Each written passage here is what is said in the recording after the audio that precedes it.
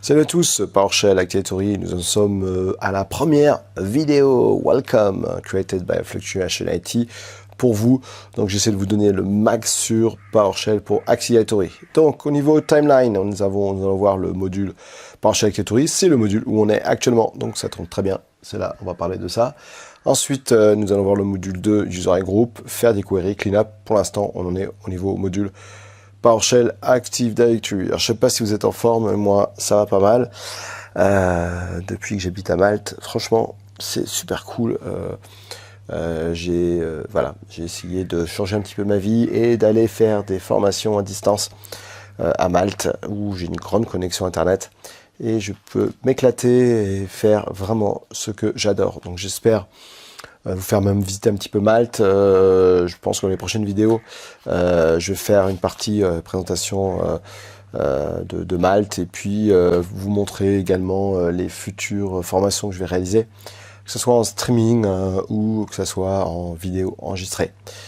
Donc voilà, petite information sur Malte. Donc si je vais ici et que je me connecte sur juste mon ordinateur à distance, voilà. Donc si je vais ici sur Malte, voilà, je vous montre un petit peu où j'habite. Alors là, quand est-ce que vous venez me voir à Malte? Voilà, donc là, juste pour votre info, je suis ici. Donc j'habite, voilà, ici, à côté de la Valette. Ici, hein. Vous voyez la Valette.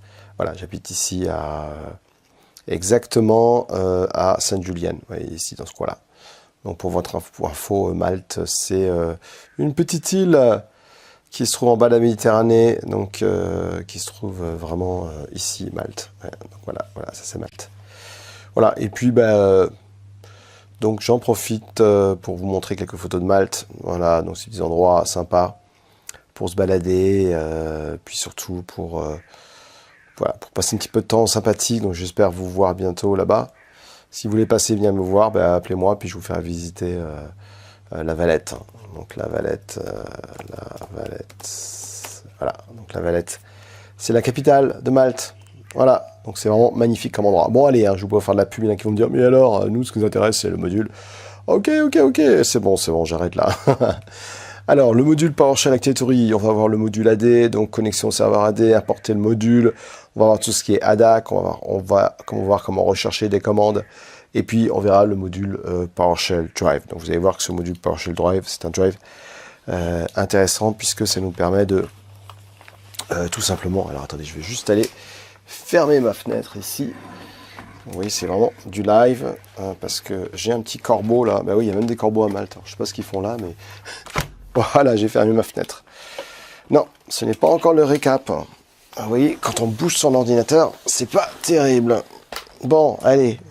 J'espère qu'on voulait pas trop. Allez, on va revenir sur notre PowerShell module Activatory. Il y en a qui me disent, mais c'est pas vrai, qu'est-ce qu'il fait? Alors, le module AD, on va voir, on va présenter comment on récupère un module, importer le module, et puis tout ce qui est ADAC, un nouveau module. Et puis, je vous parlerai un petit peu du projet ONULU. Ok? Alors, oui, bon, Malte, ça c'est fait. Donc, pour votre info, ici, sur un domaine contrôleur, vous avez... Tac. On va se connecter ici sur le domaine contrôleur. Voilà, très bien. Ici, c'est un domaine contrôleur. Alors, pour votre information, ce que j'ai fait, juste pour vous montrer, parce que je ne vais pas utiliser beaucoup la partie GUI, j'ai un domaine qui s'appelle Fluctuation IT, où j'ai voilà, quelques utilisateurs qui existent. Ici, on va en créer avec PowerShell, évidemment. Pour votre info également, mon local serveur est sur 2016. Il n'y a rien de spécial, il y a une carte réseau. Et puis, je vais vous donner l'adresse IP donc, de mon serveur. On va faire un CLS. Et j'ai lancé PowerShell en mode texte ici. Et si je fais un get-net IP adresse, donc je vais faire juste un format table pour vous montrer. Voilà, donc mon adresse IP, c'est la 172.16.0.21. Après, c'est les adresses de loopback, IPv6. Voilà, donc c'est celle qui a la troisième. Hein, ici. Voilà, ça c'est l'adresse de mon serveur. Le nom de mon serveur, hostname, c'est AD, tout simplement. Oui, ça va loin. Alors, bon, module Activatory, ça, vous savez que automatiquement, Sur un contrôleur domaine, vous avez le module Activatory. Juste pour vous le montrer, si je fais un get-module list available, vous verrez qu'il existe un module. Alors, on va se mettre en plein écran. Voilà, il existe un module qui s'appelle Activatory. Ce module-là va nous permettre effectivement de gérer l'AD. Donc si je remonte tout en haut ici, vous voyez le module est là. Voilà, module Activatory. Alors logique, puisque sur mon serveur, j'ai le rôle Activatory. Donc si je regarde ici ce qui est installé, si je fais un get Windows future, et je vais dire, mets-moi que ce qui est installé, where installed. Alors pour votre info, hein, si vous n'êtes pas à l'aise en PowerShell, j'ai fait une formation pour les débutants. Hein. Donc ok. Donc avant de regarder cette formation, allez voir la formation débutant, parce qu'il y a quand même des choses que je ne vais pas revoir. Donc ici, si je fais Where Installed, il me montre tous les rôles et les futurs qui sont installés. Et je vois ici qu'il y a le module. Donc hop là, on va remonter en haut. Hop. Voilà, donc Activatory Domain Services qui est installé. Donc ça veut dire qu'automatiquement, il m'a installé le module. Pour votre info, les modules où ils sont installés ici dans PS Home. Et si je vais dans module ici, je le vois ici. Hein. Donc si je fais un /p, juste pour vous montrer, /p, ouais, bon, c'est pas grave, /p c'est /more maintenant. Donc ici, on voit bien que le module Activatory est installé. Voilà, pour voir toutes les commandes maintenant du module Activatory. Alors vous avez plusieurs façons de faire. Si je fais get commande-module Activatory, vous allez voir toutes les commandes. Donc il y en a quand même pas mal. D'ailleurs, pour voir le nombre de commandes, je vais faire un mesure objet. Hop là, je fais une bêtise. Mesure object. Et là, vous voyez qu'il y en a 147. Vous pouvez également voir les commandes si vous voulez voir graphiquement. Vous vous souvenez, c'est Layout Grid View. Ça, vous connaissez parfaitement. Voilà, et là, je vois toutes mes commandes. Donc ça, je peux dire, tiens, donne-moi toutes mes commandes pour gérer mes users. Toutes les commandes pour les groupes, voilà, toutes les commandes pour les computers, bon, simplement. Voilà. Vous pouvez également rechercher des commandes, comme je vous l'ai montré dans le menu, hein, enfin le contenu du cours de ce première vidéo, premier workshop. C'est en faisant un get help et en disant donne-moi toutes les commandes dans lesquelles il y a le mot AD. Alors, le problème c'est que le mot AD, il est partout là, hein, donc il y a même des modules qui n'ont rien à voir avec l'Activatory, hein, parce que ici par exemple, dans Storage, il y a le mot AD, hein, ici quelque part, hein, il doit être là, hein, float AD, vous voyez, AD. Donc dans ce cas-là, je préfère la commande, évidemment, celle-ci, get command module Activatory, puisqu'elle vous donne que les commandes Activatory. Je peux évidemment me dire, cherche-moi que les commandes dans lesquelles il y a des users, par exemple. Là, c'est quand même plus simple. Hein. Ça marche? Donc n'oubliez pas que quand vous allez utiliser le module Activatory, eh bien, il vous faut donc le module. Bon, là c'est simple, je l'ai. Hein. Par contre, si je vais sur mon client ici, et je fais un connect, alors ce que je vais faire juste, excusez-moi, ça j'en parlerai un petit peu après, c'est que je vais changer ma carte réseau, je vais la mettre en external. Alors pourquoi je fais ça? Parce que mon domaine contrôleur est en external également. Hein. Ok, donc, welcome. Donc là, je vais me connecter. Le password n'est pas bon. On va recommencer. Donc là, le mot de passe, c'est... Ah oui, alors déjà, c'est pas training. Effectivement, il n'est pas du tout dans ce domaine-là. Rien à voir. On va... non, normalement... Voilà, c'est Fluctuation IT. Fluctuation IT. Alors si j'avais un autre domaine, je l'ai renommé. Enfin, je l'ai renommé. Ça avait un poste qui était dans un autre domaine. Et là, je l'ai mis dans le bon domaine. Voilà. Donc là, je suis connecté avec un poste client. Ce poste client, lui, c'est pas un contrôleur domaine. Hein. Donc si je vais tout en bas de ce poste client, ici, je vais lancer PowerShell. Hop, PowerShell, ici. Et si je vais dans PowerShell, vous verrez que je peux pinguer mon contrôleur domaine. Par contre, je ne pense pas que j'ai des modules Activatory avec. Hein. Donc juste pour vous montrer, donc si je fais un ping AD, j'arrive évidemment à le pinguer, c'est normal. Et puis, je vais aller voir si j'ai mon module Activatory. Vous vous souvenez quelle est la commande pour voir la liste des modules. C'est get, tiret quoi? Oui, c'est ça, module. Ensuite, vous vous en souvenez? Ouais, c'est list available, exactement. Donc là, je vais voir si j'ai le module Activatory. Voilà. Je suis en train de regarder. Et là, vous allez voir que le module Activatory, normalement, il n'est pas là. Ok, on va se mettre en plein écran. Pareil ici, on va le mettre un peu mieux parce que sinon on ne voit pas grand chose. Allez, je vais faire comme ça. Voilà. Donc si je vais tout en bas, vous voyez que... Alors là, il y est là. Vous allez me dire, ouais, mais il y est, vous avez dit quoi là, n'importe quoi. Oui, alors pourquoi il y est? Parce que les RSAT ont été installés sur cet ordinateur. Donc les RSAT, c'est les Remote System Admin Tools. Donc si je vais dans les Admin Tools, donc là j'ai les Administration Tools, ici, j'ai effectivement RSAT qui a été installé. Donc normalement, je ne devrais pas avoir ça.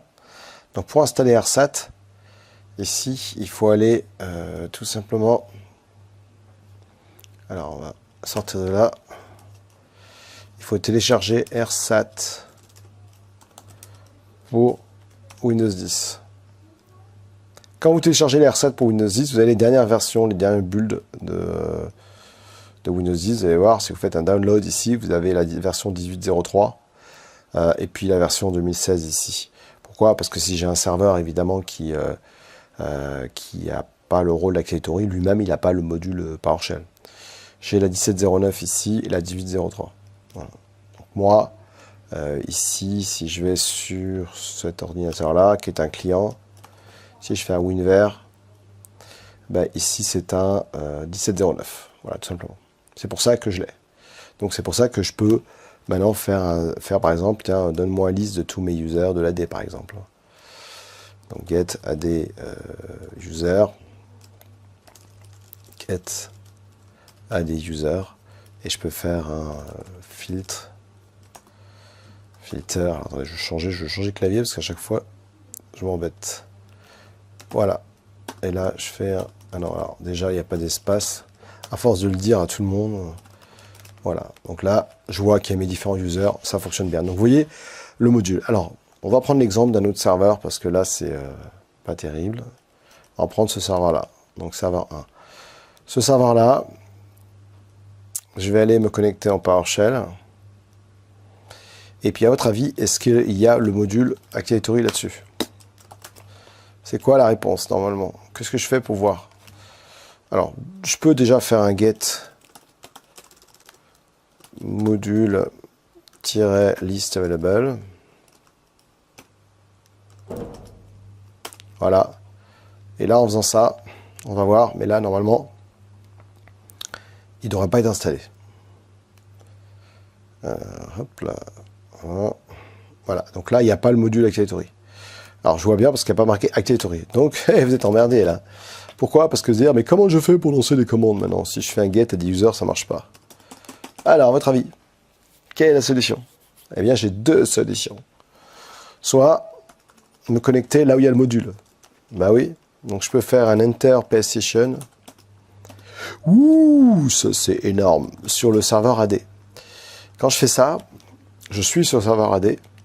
Donc, maintenant, on va faire ça, on va faire un CLS. Donc si je fais maintenant get-AD user, ben, ça fonctionne, puisque en fait compte, on va faire un filtre étoile. On verra comment faire des queries. Donc là, ça fonctionne. Donc là, ça veut dire que je suis connecté. Très bien. Le problème, c'est que dans un script, c'est pas terrible ça. Donc qu'est-ce qu'on préfère faire? C'est importer le module en mémoire. Bon, pour faire ça, je vais lui dire, bah, écoute, le nom de mon DC est égal à AD. Donc vous voyez que DC égale AD. Et là, je vais faire un $session. Et là, je vais faire new PS session. Voilà. Et tiret CTRL espace pour avoir toutes mes variables. Et là, j'ai computer name. Et je mets $DC. Quand je fais ça, il m'a ouvert une session sur le serveur à travers le port HTTP 5985, pardon. Ah ouais, travailler en Suisse, ça laisse des traces. Hein. Et donc là, maintenant, je voudrais récupérer mon module Activatory. Hein, parce que là, vous voyez bien que je n'ai pas mon module Activatory, hein, get add user. Donc là, je peux faire un import module. Voilà.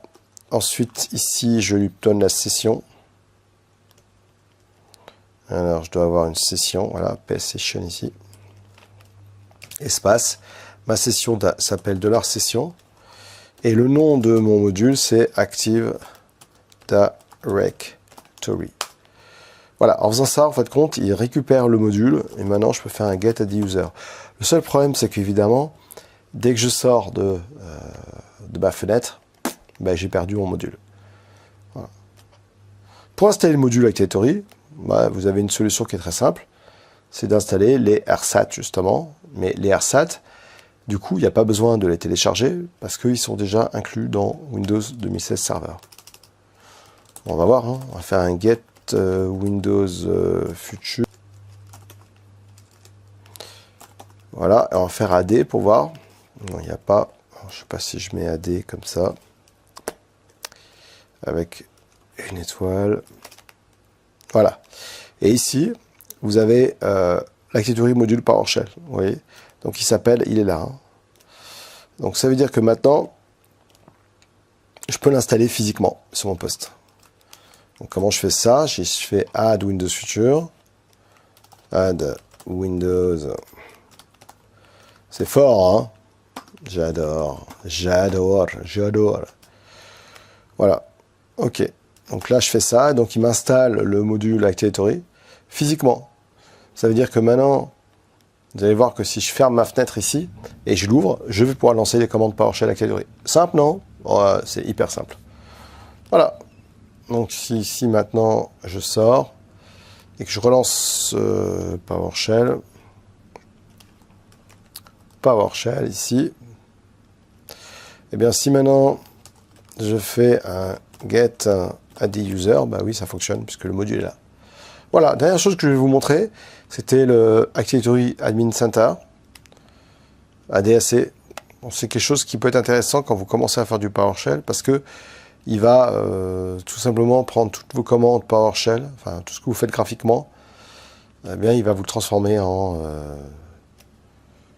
commande PowerShell. Wow, c'est cool. Yes, it's very cool. It's very cool. Donc si je vais dans Tools, vous avez... ah oui, mais là, il n'y est pas, là. Normal, je n'ai pas installé l'outil graphique. C'est pas grave. On va rebondir sur celui-ci. Voilà. Donc si je vais là-dessus, j'ai dit qu'on reste là. C'est qui le chef? Non mais oh. Donc ici, de Joe, voilà, je fais ici. Et là, j'ai mon Activatory Administration Center, ADAC. Donc l'ADAC, c'est une console full PowerShell. Hein. Donc, par exemple, si je vais, je sais pas, on va aller sur Fluct ici. Hop. Sur un utilisateur qui existe ici. Alors, on va se mettre ça en plein écran parce que c'est quand même pas très visible. Voilà, Fluctuation, est-ce que j'en ai un ici? Non, j'en ai pas un ici. On va prendre un utilisateur. Bon, voilà, ailleurs, on va en créer un, c'est pas grave. Hein. Donc si je crée un utilisateur ici, donc par exemple, tout ce qu'il y a dans la série Cruise, c'est ce qui est obligatoire. Je sais pas, je crée Mulder, ceux qui aiment bien la série Mulder vont être contents. Mulder, j'ai pas mis de mot de passe, j'ai rien mis. Hein. Je voudrais le mettre à un autre endroit, donc par exemple le créer dans Fluc, hein, ici. Et si je fais OK, il me l'a créé. Et ce qui est top en bas, c'est que vous avez directement les commandes PowerShell ici. Donc ça, c'est vachement pratique, puisque après il suffit de prendre la commande et faire un copy. Vous voyez, et puis après lancer un PowerShell et puis faire un bouton droit. Voilà, là, il n'a pas pris, mais que je vous montre ça. Voilà, il faut aller là. Voilà. Je fais copie comme ça, voilà. Et après, j'ai juste à faire un bouton droit. Voilà, il me l'a rempli et changer ce que je veux. Alors, ça, c'est quand même pratique, hein, n'est-ce pas? Voilà. Donc, j'espère que ça vous a plu. Donc, ah oui, le PS Drive. Comment j'ai pu oublier le PS Drive? Voilà. Alors, PS Drive, pareil, j'en parle dans la formation PowerShell pour débutants. Je peux aller me balader dans mes drives. Ici. Donc, si je fais un get PS Drive, voilà, vous remarquerez que vous avez AD ici. AD, ça veut dire que je peux me balader dans la catégorie comme si je me balade dans un répertoire. Donc si je fais AD 2 points, voilà. Si je fais un CD, on va mettre DC, je vais aller dans mon domaine, dans ma distinguing name. Voilà. Oui, pardon. Hop là. Si je veux fluctuation DC lab. Ouais, bon, allez, on va faire plutôt autre chose. On va dans CD, voilà. Non, alors, décidément. Non, mais j'avais raison, j'avais raison. Voilà, si je fais un CD et que je me balade dans la D, voilà, voilà, c'est impeccable. Donc là, je peux aller me balader et puis voir ici toutes mes OU, hein, comme par exemple Fluke ici. Donc je peux faire un CD de Fluke. Alors c'est Fluctuation, c'est ça, CD. Alors si je mets OU, voilà, OU, Fluke, Fluctuation, ça ne suffit pas parce que il faut que je lui donne le mot complet. Donc c'est celui-là. Voilà. Donc si je fais un CD, oui, ça arrive d'avoir des erreurs. CD, OU, pourquoi il veut pas aller là-dedans? Pourquoi il veut pas aller là-dedans? Mais si, c'est bon, à chaque fois. CD, OU, hop. Non, non, non, non. On va faire un dire. CD. Je vais aller là-dedans, moi. Je vais là-dedans. On va aller dans OU Fluctuation IT. Voilà. On va mettre entre guillemets.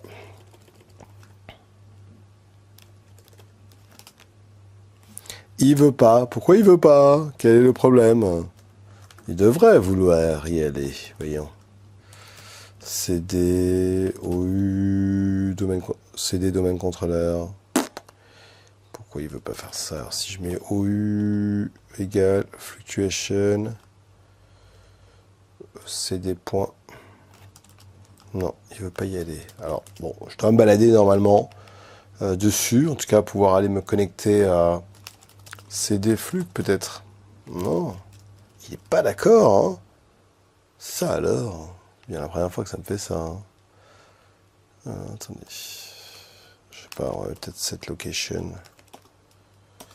Cette location. Non. Il veut pas.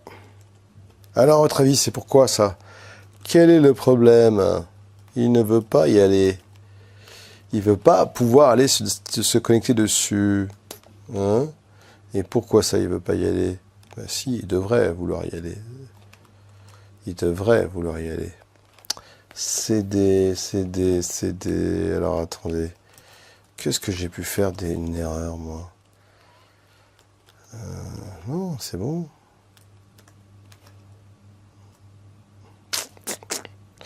Because what? Because, qu'est-ce qu'il m'a mis comme message d'erreur? C'est toujours bien de lire les messages d'erreur. Hein. Alors, il m'a mis because it's... Attendez, on va se mettre comme ça. It doesn't exist. Ah oui, il n'existe pas. Bah si, il existe, là, il est là. Attendez, on va juste faire un petit refresh. Fluke. Mais s'il existe, puisqu'il est là dans Fluke. Bon. Alors, c'est pas grave, vous savez quoi? On verra ça dans une autre vidéo. En attendant, si vous avez une idée de pourquoi c'est ça, mais enfin bon, je vais pas vous demander pourquoi, mais à mon avis, c'est tout bête. Bon, c'est pas grave, je peux me connecter et puis me balader dans les drives comme ça, comme un Get PS Drive. Donc là, dans la vidéo qui est juste après, où on va voir tout ce qui est user et groupe, on ira à nouveau. Comme ça, j'ai le temps d'aller rechercher pourquoi est-ce que j'arrive pas à me connecter. Bon, enfin, en tout cas, c'est les PS Drive. Pouvoir se connecter dans l'AD comme un répertoire tout à fait traditionnel. Bon, alors, petit récap, on peut installer le module sur place, on peut le récupérer et on peut updater le fichier dead. Ce que j'en pense, et si utiliser New PS Session, c'est quand même pas mal. Chaque action faites-le en PowerShell. Pensez aussi au projet Honolulu.